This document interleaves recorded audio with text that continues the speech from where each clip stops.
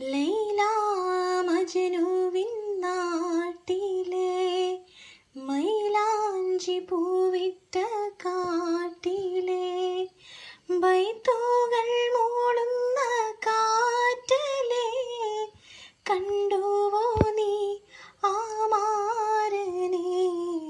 ലൈല മജ്നുവിൻ നാട്ടിലെ മൈലാഞ്ചി പൂവിട്ട കാട്ടിലെ ബദറുൽ മുനീറിന്റെ ചേലില് ബദറോളെ ഒത്തവനാണവൻ. ബദറുൽ മുനീറിന്റെ ചേലില് ബദറോളെ ഒത്തവനാണവൻ.